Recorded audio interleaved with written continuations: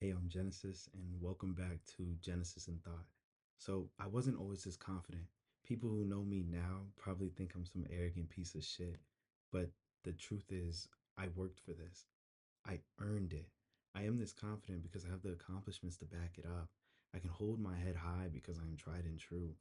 And on top of that, I'm optimistic because why wouldn't I believe my life wouldn't work out for me? Like of course my life's gonna work out for me. It's my life. I truly believe the cards will always be in my favor. But this swagger and this ego, or whatever you want to call it, it didn't come without its battle scars. And so growing up, the standards for me were sky high.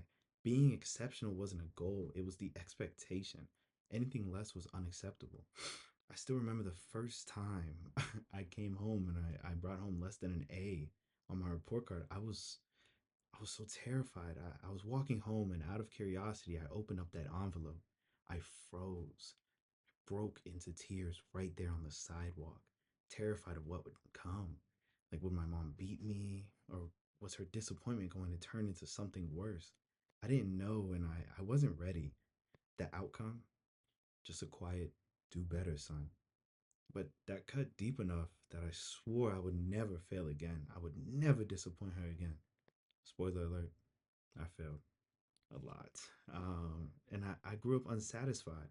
No matter how many trophies I brought home, how many certificates I earned, or the praise I received from people, I couldn't celebrate it. Because in my mind, those weren't wins. It was an obligation to achieve them. Success was expected, not celebrated. And somehow I always was in second place. I was my mom's easy child, so I was second to attention, second at school events, second in sports. My closet is filled with silver medals, which stings when the only thing I wear is gold. And no matter what, I was never someone's first choice. I was really undersized. I was a timid boy. I was quiet. And with dreams bigger than the sky, it was a confusing, volatile mix. And it went deeper than that. I didn't just come second to other people, I never even put myself first. I cared way too much about what others thought, and I let depression run my life, and I didn't care for myself. I didn't believe in myself, and worst of all, I kept putting others before me at the expense of my happiness, my own well being. I didn't even know who I was for the longest time because everyone had these different pieces of me, and I was scared to lose them. I couldn't lose them because if they left me and took those bits with them, I would be nothing. Who am I without them? I couldn't even fathom that thought. I remember, growing up, after high school, everybody asks you what you're gonna do, what you're gonna do. I had no intentions. I had no plans for my future. And so when my mom asked me what I wanted to do with my life, without hesitation, I said culinary school. I don't know why, but everyone was so excited and I was happy. They were excited. I was so happy. But I was terrified. I was so scared because I never cooked a day in my life. Somehow I had a knack for it. I worked hard, I did great in school, and I landed in a big name kitchen. But that very kitchen ended up being the gravesite for my passion, my newfound passion. I burned out, I dropped out. I came home and I bounced from one dead end job to the next, not thinking about my future at all, just trying to get by. And along the way, I was wrecking relationships because I was so unhappy with myself. And through it all, I carried something heavier than anyone knew. I failed to save my best friend's life.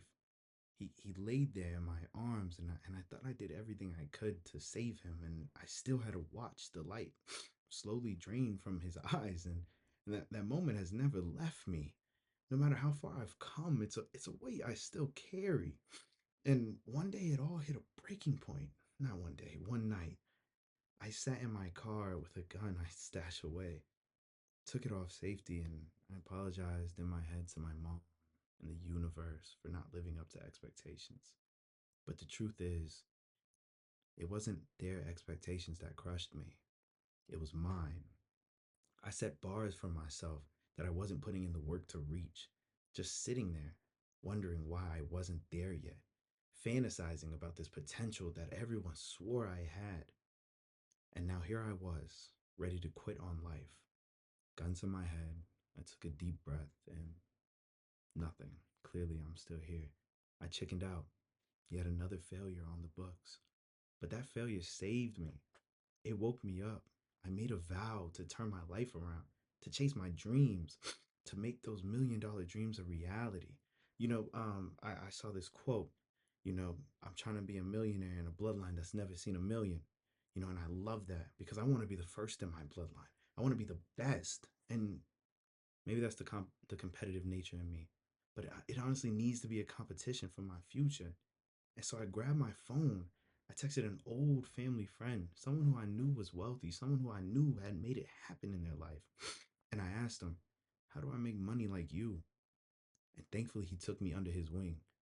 I haven't stopped flying since. Now I'm making more money than I ever thought I could. I'm taking care of my family. I'm actually living life on my own terms. And I couldn't have gotten here without those failures, without those scars. And there's no shame in starting over. Whether you're rebuilding from failure, walking away from chaos, or just waking up tired of who you used to be, what really matters is that you're still moving. Growth isn't always loud. Sometimes it's just choosing better even when no one is watching. You don't need a perfect plan. You need the courage, discipline, and the patience to really see things through and keep showing up. The life you want is built in those in between moments, just one honest step at a time.